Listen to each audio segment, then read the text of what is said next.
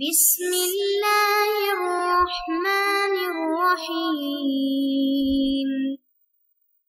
بسم اللہ الرحمن الرحیم۔ السلام علیکم ورحمۃ اللہ وبرکاتہ۔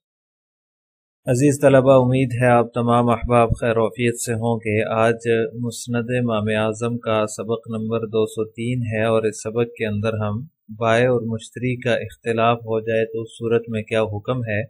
اور اگر فریقین کے پاس گواہ موجود ہوں تو اس صورت میں کیا حکم ہے، ان دونوں کی تفصیل پڑھیں گے۔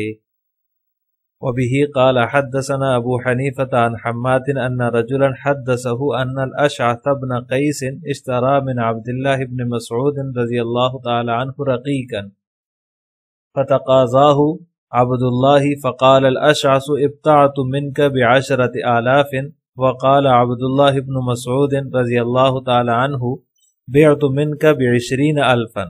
فقال اجعل بيني وبينك من شئت، فقال الاشعث انت بيني وبينك، فقال عبد الله اخبرك بقضاء سمعته من رسول الله صلى الله عليه وسلم يقول اذا اختلف البيعان في الثمن ولم يكن لهما بينة والسلعة قائمة فالقول ما قال البائع او يترادان۔ اس روایت کا ترجمہ یہ ہے کہ ایک مرتبہ اشعث بن قیس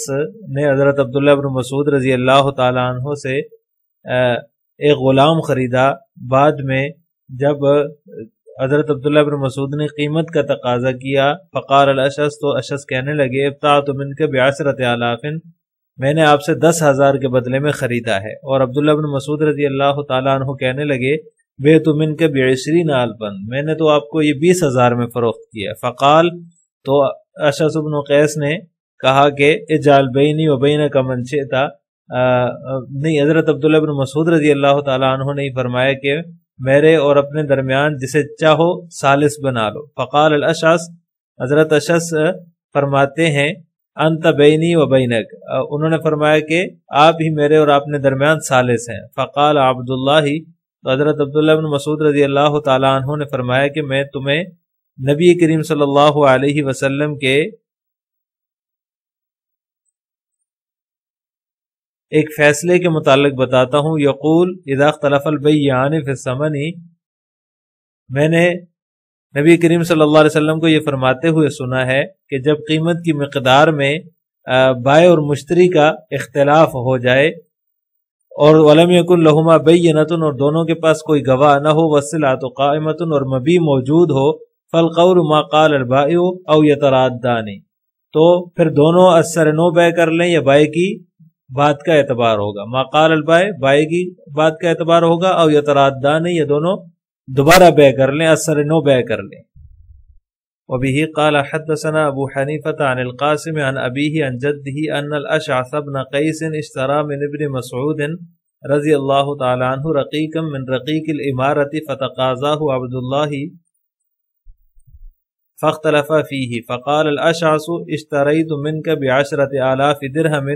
وقال عبد الله بعت منك ب20,000، فقال عبد الله اجعل بيني وبينك رجلا،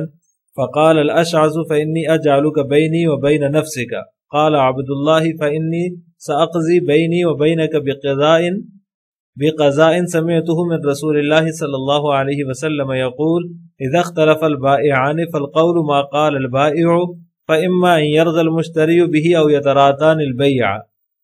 وفي رواية عن القاسم عن أبيه عن جده قال قال رسول الله صلى الله عليه وسلم إذا اختلف البائعان والسلعة قائمة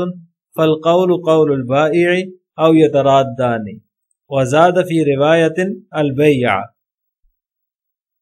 وفي رواية إذا اختلف المتبايعان فالقول قول البائع او يترادان، وفي رواية عن عبد الله ان الاشعث اشترى منه رقيقا فتقاضاه واختلفا، فقال عبد الله ب20,000 وقال الاشعث ب10,000،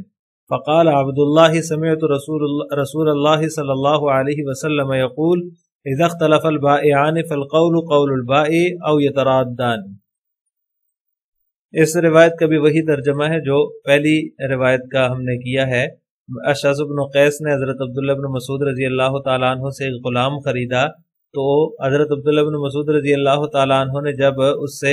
جو ہے وہ اس کی قیمت کا مطالبہ کیا تو انہوں نے کہا کہ میں نے آپ سے یہ 10,000 کے بدلے میں خریدا ہے، 10,000 درہم۔ تو حضرت عبداللہ بن مسعود نے کہا کہ میں نے تو 20,000 کا بیچا ہے۔ تو عبداللہ بن مسعود رضی اللہ تعالیٰ عنہ نے اس سے کہا کہ ہم میرے اور اپنے درمیان کوئی حکم مقرر کر لو۔ تو حضرت اشعث نے فرمایا کہ میں اپنے آپ کو ہی اپنے اور آپ کے درمیان جو ہے وہ ثالث بناتا ہوں۔ تو حضرت عبداللہ بن مسعود رضی اللہ تعالیٰ عنہ نے فرمایا کہ میں وہ فیصلہ کروں گا جو میں نے آپ نبی کریم صلی اللہ علیہ وسلم کو فرماتے ہوئے سنا، اس کے مطابق فیصلہ کروں گا۔ تو آپ صلی اللہ علیہ وسلم نے فرمایا جب بائع اور مشتری کے اختلاف ہو جائے تو بائع کے قول کا اعتبار ہوگا، اگر مشتری راضی ہے تو ٹھیک ہے، یا پھر یہ کہ بیع اثر نو کر لیں۔ آگے بھی یہ مختلف روایات ہیں، ان کا ترجمہ بھی یہی ہے، سند کے اندر فرق ہے، باقی آگے روایت ایک ہی ہے، متن ایک ہی ہے، اور اس کا ترجمہ وہی ہے جو ہم نے ان دو روایتوں کا کر لیا ہے۔ عزیز طلبہ، ان روایات کے اندر یہ مذکور ہے جو ترجمے سے واضح ہے کہ جب حضرت عبداللہ بن مسعود اور حضرت اشعث بن قیس کا اختلاف ہو گیا تو اس صورت میں انہوں نے فرمایا کہ حضرت عبداللہ بن مسعود نے کہ آپ صلی اللہ علیہ وسلم نے فرمایا کہ جب بائع اور مشتری کے اختلاف ہو جائے تو بائع کی بات کا اعتبار ہوگا، اور یا پھر یہ کہ بیع دوبارہ کر لی جائے۔ تو یہ جو حدیث ہے، اس حدیث سے ہمیں مختلف باتیں معلوم ہوتی ہیں، مختلف اسباق ہمیں ملتے ہیں۔ ان میں سے پہلا یہ ہے کہ حضرات صحابہ کرام کا بھی دنیاوی معاملات میں اختلاف ہو جایا کرتا تھا، تو لہٰذا اختلاف ہو جانا کوئی بری بات نہیں ہے۔ حضرات صحابہ کرام کا بھی آپس میں اختلاف ہوا ہے دنیاوی معاملات کے اندر۔ دوسری بات یہ بات معلوم ہوئی کہ اختلاف کے باوجود بھی ایک دوسرے کی عظمت اور اہمیت کو وہ ملحوظ خاطر رکھتے تھے حضرات صحابہ کرام۔ تو ہمیں بھی اختلاف ہو جائے ایک دوسرے کے ساتھ تو ہمیں ایک دوسرے کی عظمت اور ایک دوسرے کی اہمیت کو ملحوظ خاطر رکھنا چاہیے۔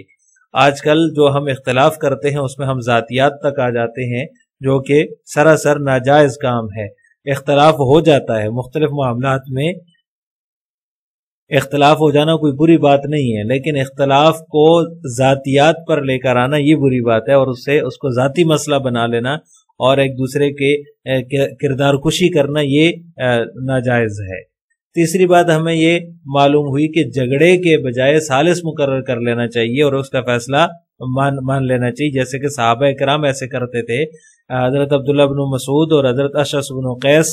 کا جب اختلاف ہوا تو انہوں نے کہا کہ ثالث مقرر کر لو، تو ثالث مقرر کرنا چاہیے اور پھر اس کا فیصلہ ماننا بھی چاہیے۔ تو انہوں نے حضرت عبداللہ بن مسعود رضی اللہ تعالیٰ عنہ کو ہی ثالث مقرر کر دیا، تو انہوں نے جو فیصلہ کیا تو پھر انہوں نے ان کے فیصلے کو رد نہیں کیا۔ تو اس طرح جھگڑا نہیں کرنا چاہیے، جھگڑا کرنے کی بجائے ہمیں ثالث مقرر کر لینا چاہیے اور اس کا پھر فیصلہ ماننا بھی چاہیے۔ یہ سبق بھی ہمیں اس حدیث سے ملتا ہے۔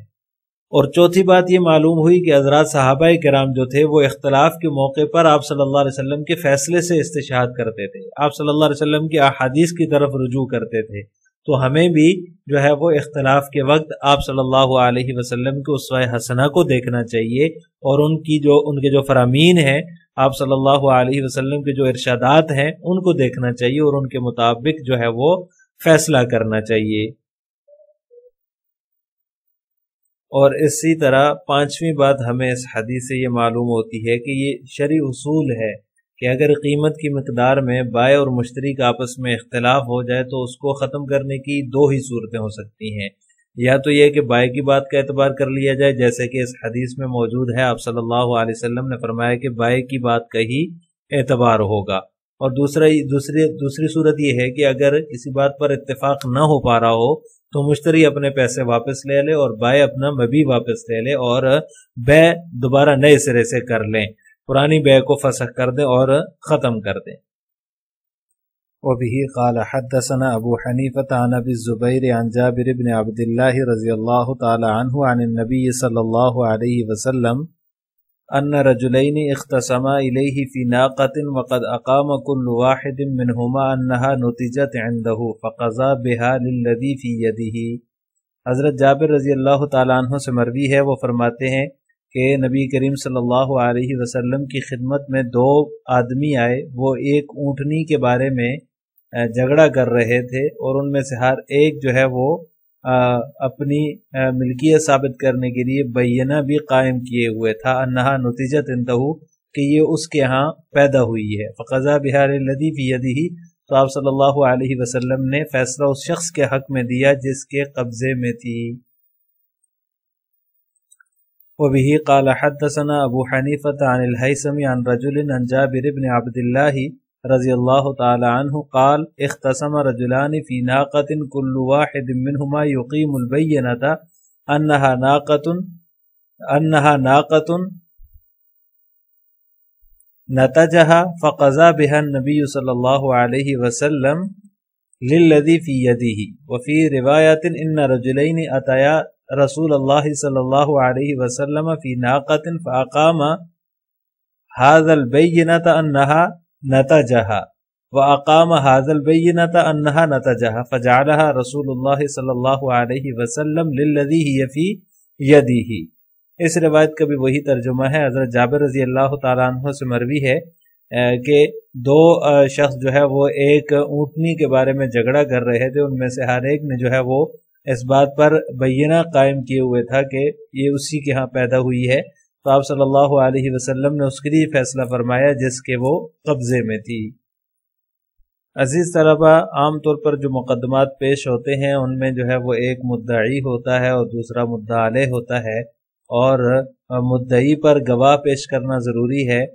بصورت دیگر پھر مدعا سے قسم لی جاتی ہے۔ اگر قاضی کی عدالت میں کوئی ایسا مقدمہ پیش ہو جس میں دونوں فریقین ہی جو ہے وہ مدعی بن رہے ہوں اور دونوں جو ہے وہ اس چیز کی ملکیت کا دعویٰ کر رہے ہوں، تو اس مسئلے کا حل کیا ہے، پھر اس کو کیسے حل کیا جائے۔ تو عقلی طور پر اس کی تین صورتیں بنتی ہیں۔ جس مقدمے میں دونوں فریق ہی مدعی بن جائیں اور دونوں جو ہے وہ ملکیت کا دعویٰ کریں، تو اس چیز کا مالک کون ہوگا؟ تو پہلی صورت اس کی یہ ہے کہ وہ چیز دونوں کے درمیان برابر برابر تقسیم کر دی جائے تو دونوں کا مسئلہ حل ہو جاتا ہے۔ ایک عقلی صورت اس کی یہ بنتی ہے۔ دوسری صورت یہ بنتی ہے کہ قرآن اندازی کر کے دیکھ لیا جائے، جس کے نام کا قرآن نکل آئے فیصلہ اسی کے حق میں کر دیا جائے، تو اس طرح سے بھی یہ معاملہ رفع دفع ہو سکتا ہے۔ تیسری صورت یہ ہو سکتی ہے کہ فریقین میں سے جس کے قبضے میں وہ چیز ہے اسی کے دعوے کو جو ہے وہ مضبوط سمجھتے ہوئے اسی کے حق میں فیصلہ کر دیا جائے۔ یہ تیسری صورت بنتی ہے عقلی طور پر، کیونکہ اس کے قبضے میں ہے چیز، جس سے ثابت ہوتا ہے کہ یہ چیز اسی کی ہے۔ تو اس حدیث کے اندر بھی اسی صورت کا بیان ہے کہ دو شخص جو ہے وہ ایک اونٹنی کے بارے میں جو ہے وہ جھگڑ رہے تھے اور